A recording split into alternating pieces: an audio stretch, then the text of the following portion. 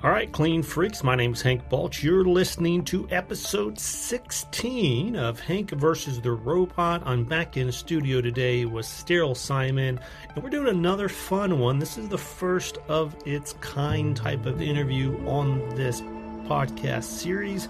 We're going to be talking through an industry guideline. Today, we're going to look at AAMI ST91, and we're going to be talking about section 6.3 if you want to follow along in this interview. Before we get to the meat of the show, let's meet our AI guest today, Sterile Simon. Welcome to the studio. Thanks for having me, Hank. It's great to be here, and I gotta say, nothing gets me more excited than a deep dive into an industry guideline, especially one as important as AAMI ST91. Education and competencies are the backbone of a successful sterile processing department, so I'm ready to geek out with you on section 6.3. Let's do this. All right, so for anyone who's tuning in who hasn't read this section in their AAMI 91 document, Simon, just give us a quick overview to kind of orient folks with the outline of that section, and then we'll jump into some specifics from there. Sure thing, Hank. Section 6.3 of AAMI ST91 zeroes in on the qualifications, training, and competency of personnel involved in reprocessing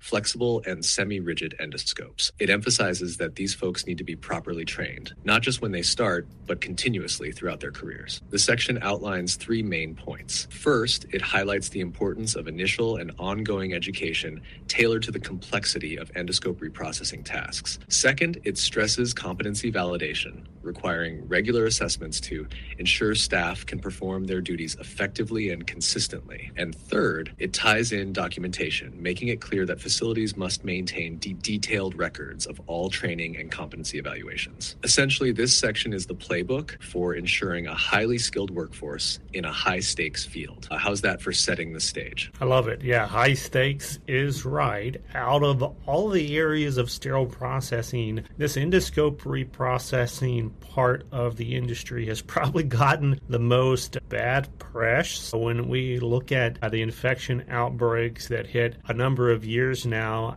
out there, it came out of some breakdowns in this endoscope reprocessing side of the industry. So no surprise, there's a lot of attention around how do we find the right staff to staff these departments, how do we train them, how do we verify competency, all of that hugely important in the context, again, of some of these major failures that we've encountered. So let's set the stage. What does this document, AAMI 91, what does it tell us the prerequisites for someone coming in to work in endoscope reprocessing? Great point, Hank. AAMI ST91 lays it out pretty clearly that anyone working in endoscope reprocessing needs a baseline of education and understanding even before they touch an endoscope. The document emphasizes that personnel should ideally have a foundational knowledge of microbiology, infection prevention principles, and decontamination processes. In terms of prerequisites, this isn't just about hiring someone off the street and hoping they figure it out on the job. The guideline suggests that staff should either already possess or be provided with formal training specific to flexible endoscope reprocessing. And this includes understanding things like biofilm development,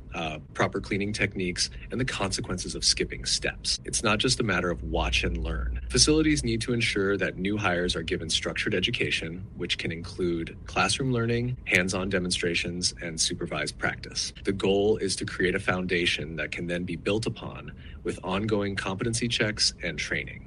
Think of it like building a house. You start with a strong foundation, and the rest is much more secure.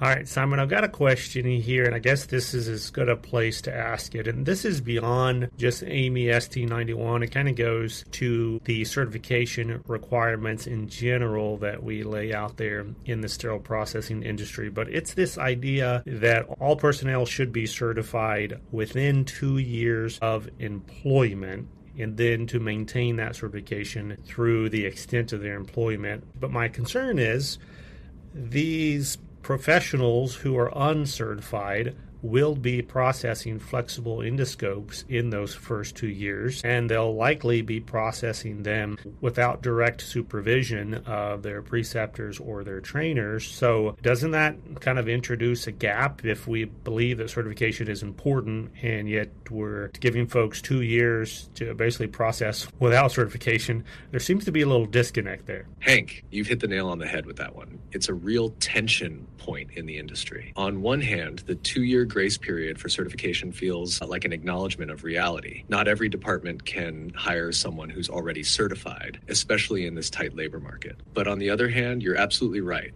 Those first 2 years are a critical time when new hires are directly handling high-risk tasks like endoscope reprocessing. Here's where AAMI ST91 tries to balance the scales. While certification might not be required from day one, competency validation is non-negotiable. This means that even before certification, facilities should be rigorously assessing and documenting the skills of new employees. Those competency assessments should ensure they're following every step of the process properly, with no shortcuts. That said, the challenge comes down to oversight. If preceptors or trainers aren't consistently monitoring these new employees, you're right, that's a vulnerability. And in a high-risk area like endoscope reprocessing, even one slip-up can have serious consequences. It might be time for the industry to rethink that 2-year window. Maybe instead of focusing solely on certification, we mandate a stricter framework of ongoing oversight and milestones within that period. It's not a perfect fix, but it's a step toward closing the gap you're talking about. What do you think? I think your comments around that competency verification answered it.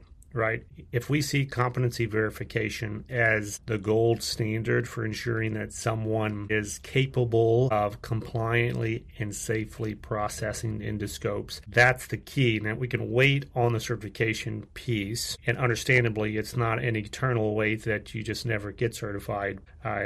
I like the approach of distinguishing between those two. Certification itself does not equal a competency verification. And likewise, competency verification is not the same as certification. But to your point, as long as we have competency verification on our technicians and it's been done in a proper structure and standard at the facility level, I think our people can be safe. Exactly, Hank. You're spot on. Competency verification really is the linchpin here. Certification, while important, is more like the badge that says, I've passed a broader standard, but it's not proof that someone is actually doing the job correctly every single day in that particular facility. Competency verification drills down to the specifics of the equipment, processes, and workflows unique to a department. It's what ensures that techs aren't just processing endoscopes, they're doing it the right way, consistently and safely. When facilities treat competency verification as their gold standard, it creates a safeguard against those gaps during that pre-certification window. The real challenge then is ensuring that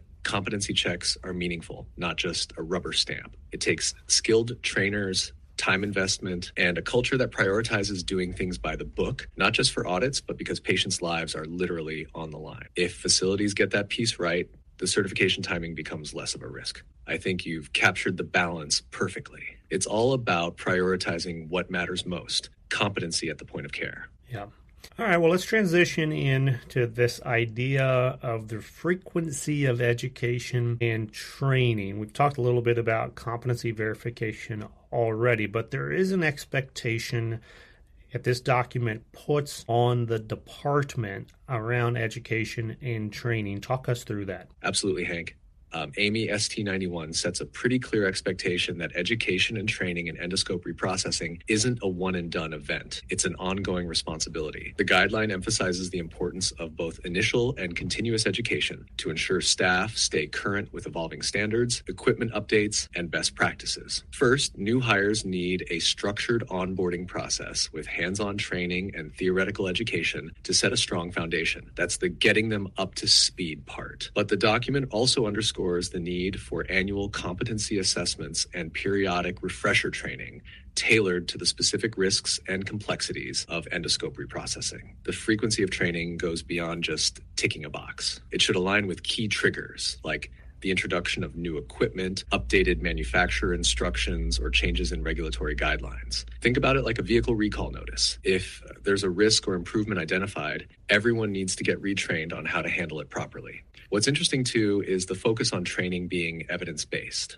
This isn't about informal, I'll show you how I've always done it approaches. In short, it's a cycle: train, assess, retrain. That's how you build a department that doesn't just meet standards, but exceeds them. The goal is to stay proactive, not reactive when it comes to education. Yeah, I love that. That's a very important call out there, Simon, that it's not just this is the way I do it, and so this is the way you should do it. We should be asking that why question, and the why question should be based on some kind of evidence-based understanding of the processes and procedure. What I found also very important, and we want to call out here on this interview, is this type of education training is not just at the beginning, it's ongoing training, and there are specific events that are called out in this document that says you should insert training and competency verification here when these things happen. And in the list is when you have new endoscope models that are coming into the department. New model, new training, new competency. Absolutely. When you have new processing equipment, new training and new competency. When you have new products, such as new chemicals that are introduced for processing, new training and new competencies.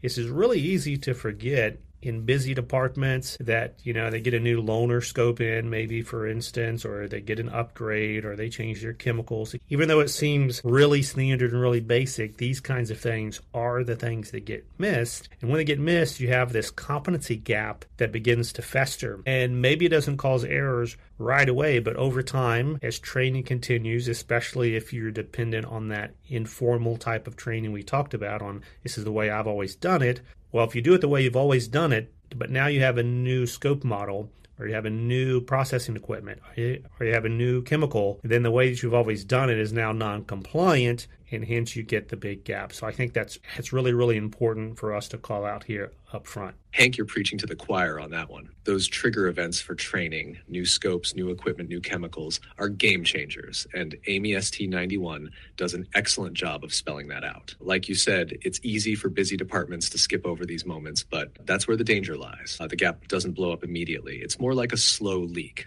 Over time, you end up with inconsistencies, noncompliance, and potentially patient harm. It's the classic case of we didn't know what we didn't know. And I think your point about informal training really hits home here. When people default to this is how I've always done it, it's a signal that structured evidence-based training has taken a back seat. That's where leadership and policies need to step in to enforce those mandatory competency check-ins during transitions. It's not optional, it's protective. If I were to put it in simple terms, I'd say this: new tools, new rules. Every time something changes, whether it's a loaner scope or a new cleaning solution, you're resetting the game board. Departments that bake this into their culture won't just avoid gaps, they'll set themselves up as the gold standard for patient safety.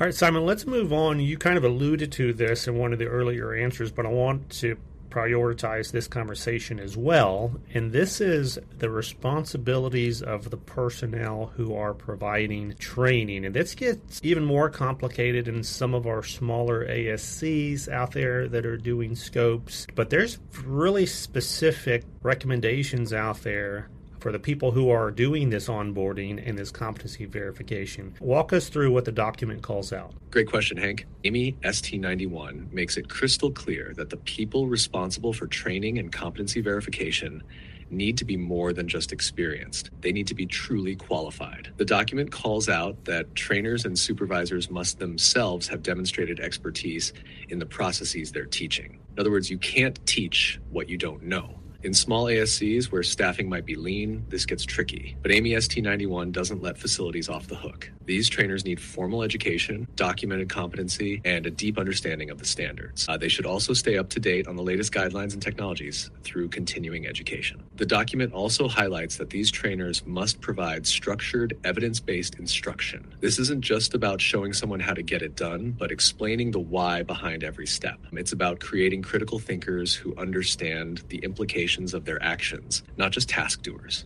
Lastly, there's an emphasis on accountability. Trainers are responsible for not just teaching, but also validating and documenting competencies. And in those smaller ASCs, that might mean leaning on external resources like consultants or online training modules to ensure that standards are met. It's a tall order, but it's the only way to ensure that every endoscope processed is handled with the same level of care and expertise, no matter the facility size. Yeah, that's absolutely right, Simon. Okay, so that's the trainers. Let's move on to two categories of personnel that AAMI 91 calls out here in this section 6.3. And the first category is the education training that's required for the personnel who are handling flexible endoscopes at the point of use. Obviously, there's a lot of other training they need to know to how to use that endoscope clinically, intraoperatively, but then there's specific training that this document calls out to make sure that the reprocessing process begins as compliantly as possible. So talk through that 6.3.4.1 on those personnel for us. You got it, Hank. Section 6.3.4.1 of AAMI ST91 puts a big spotlight on the point-of-use handlers of flexible endoscopes. Those folks in the OR or procedural areas who are directly interacting with the scopes during patient care. While their primary focus is clinical, they're also the first line of defense in ensuring those scopes are set up for successful reprocessing. Here's what the document calls for. These personnel must be trained in specific tasks that start the reprocessing cycle. This includes 1, removing gross contamination. They need to know how to handle and wipe down the scope immediately after use to minimize biofilm formation. Delays here can make cleaning exponentially harder and less effective. 2, pre-treatment steps. This involves flushing the channels with the appropriate solutions per the manufacturer's instructions for use, IFU. It's not optional. This step is critical to prevent organic debris from drying and hardening. 3, safe transport. They also need to be trained on how to prepare the scope for transport to the reprocessing area in a way that maintains safety and minimizes the risk of cross-contamination. The document is clear that this isn't about turning OR staff into reprocessing techs. It's about ensuring they understand the why and how of these foundational steps, setting the stage for the sterile processing department to do their job effectively. If the point-of-use process isn't done correctly, even the most rigorous reprocessing downstream can be compromised. And let's not forget documentation. Facilities need records proving this training happened and was understood. It's another layer of accountability, making sure that the handoff between clinical and reprocessing teams is seamless and safe. Okay, Simon, speaking of the reprocessing teams, that's that second category that's called out in this section, which is 6342. So talk us through what's expected at that stage when it gets to the reprocessing department. What do these folks need to be educated around? Great segue, Hank. Section 6.3.4.2 of AAMI ST91 is where the spotlight shifts to the reprocessing team, the folks in the sterile processing department who handle the scopes once they leave the procedural area. These are the people responsible for the heavy lifting of ensuring those endoscopes are rendered safe for patient use. Here's what the document lays out for their education and training. 1, end-to-end reprocessing knowledge. Reprocessing staff must have a deep understanding of each step of the process. Point-of-use treatment, leak testing, manual cleaning, high-level disinfection or sterilization, and storage. This includes familiarity with the specific IFUs for every scope and piece of equipment they handle. No two scopes are identical in their cleaning requirements. 2, equipment and chemical use. They need to be trained on all the tools of the trade, from automated endoscope reprocessors, to the detergents and disinfectants used. That training must cover proper handling, dilution, exposure times, and troubleshooting for these resources. 3, contamination risks and biofilm prevention. This is big. Staff must understand how residual contamination or biofilm formation can lead to patient infections, even when all steps appear to have been followed. This ensures they're hypervigilant about things like cleaning lumens and validating disinfection processes. 4, documentation and quality checks. They're also responsible for ensuring all processes are documented, whether it's cycle logs from AERs or manual cleaning checklists. This creates a chain of accountability and ensures compliance with standards and audits. 5, critical thinking for trouble cases. Finally, the document emphasizes problem-solving skills. What happens if a scope fails a leak test? How do you handle deviations in disinfection cycle parameters? Training needs to cover not just the ideal scenarios, but also the what-ifs. Ultimately, this group is the final barrier between the patient and an improperly processed scope. Their education needs to be detailed, evidence-based, and regularly updated. If they don't know their stuff, the entire system can crumble. Like you said earlier, high stakes, no room for error.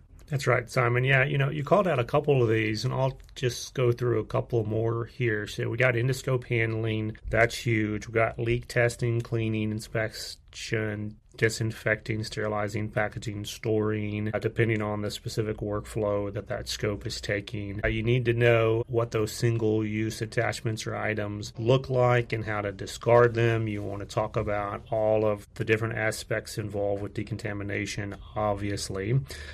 You want to know how the various devices that you're using to mechanically clean, how they function, how they're tested, how they're maintained. You obviously need to be aware of your own facility policies and procedures. We've got a nice episode that we've talked about a little bit of that previous when we were talking about the simulation side of things. These technicians need to know about workplace safety in regards to OSHA standards, biological hazards. You need to be aware of how to document your quality monitoring results. You alluded to that a little bit. I talk about visual inspection, cleaning verification, and then how to remove damaged endoscopes from service. Obviously, there's a lot more in that list that's involved, but that's a pretty good list to get you started in building out that curriculum and training program for your endoscope techs. You just laid out the ultimate checklist for creating a powerhouse training program in the reprocessing department. What strikes me most about your list is how it highlights the sheer complexity of this work. It's not just cleaning scopes, it's managing a system of interdependent steps that all have to align perfectly to ensure patient safety. What I love about the emphasis on things like workplace safety and equipment maintenance is that it goes beyond just the what and gets into the how and why. These aren't tasks you can just memorize. They require understanding the risks and implications behind every action. It's what separates someone who's just following orders from someone who truly owns their role in patient care. And you're spot on about the single-use components and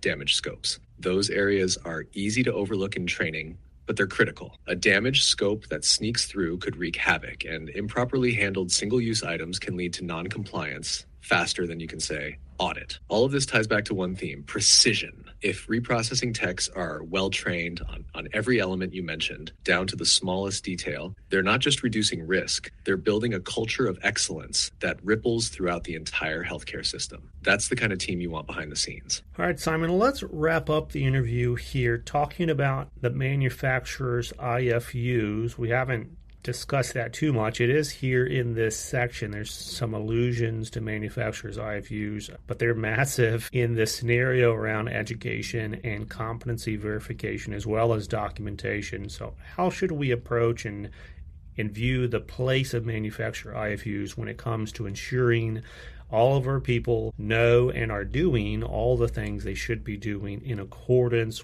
with those device IFUs as well as the equipment reprocessing IFUs? The manufacturer's IFUs, instructions for use, are absolutely the North Star when it comes to reprocessing. They're not suggestions or nice-to-haves. They're legally binding documents that define exactly how a scope or piece of equipment must be handled to ensure safety and compliance. Ignoring or misinterpreting them isn't just cutting corners, it's putting patients and staff at risk. Here's how we should approach them. 1. Baseline education. The IFUs should be the foundation of all training programs. Every reprocessing technician and point-of-use handler needs to know how to read and apply them effectively. This includes understanding key terms, interpreting diagrams, and following multi-step processes to the letter. If your team can't decode an IFU, that's a red flag for your education program. 2, integration into workflow. It's critical to weave the IFUs into the day-to-day reprocessing workflow. This means not just having them on file, but ensuring they're accessible and up-to-date. Whether it's digital platforms or physical binders, techs should never have to guess where to find the information they need. 3, competency verification. As part of competency validation, staff should be evaluated on their ability to correctly apply the IFUs. This isn't just about cleaning a scope.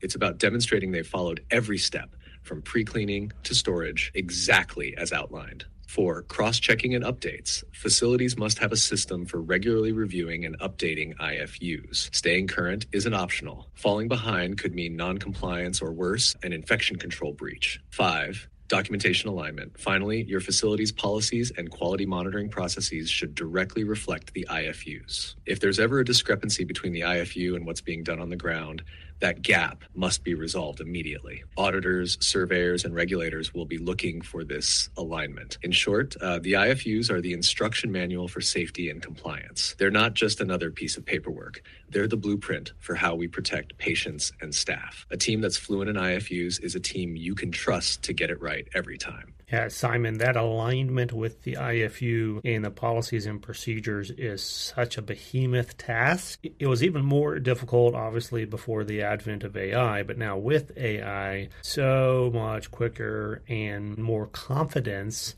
in taking your IFUs, taking your policies and procedures, to putting them into AI and saying, are there any conflicts? Is this compliant with this document? Is there anything that I need to change about my policies or procedures to align with these IFUs? And taking multiple different IFUs from different manufacturers, aligning all of those with our policies, and then asking those same questions. I mean, that's night and day. Before, you would have to do that, obviously, yourself as a leader, but now you can lean heavily on the strength of these AI tools to help you do that quickly and effectively. I mean, I'd say it's a game changer. Speaking of game changers, you also called out something I think is really, really important for people to hear and then start internalizing. It's that integration of the IFU in your workflow. We all know how many steps go into compliantly reprocessing some of these endoscopes. We're talking like in the hundreds, up to 200 or more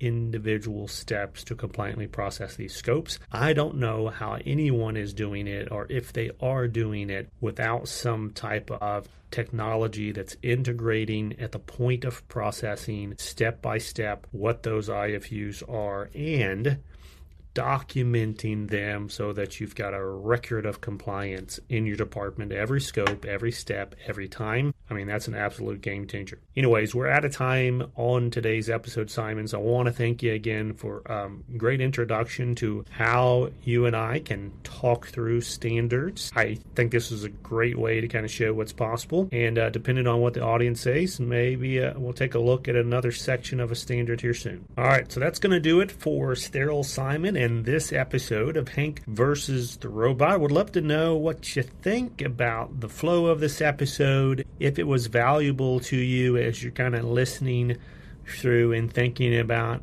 the industry standards that we all hold to out there. And if you like it, if you want us to talk about other standards, if you have specific sections you think would be most helpful, I would love to hear from you in the comments anywhere you see this podcast out there on the interwebs. But until then, we're going to remind you, like we do each and every week here at Beyond Clean, to keep fighting dirty.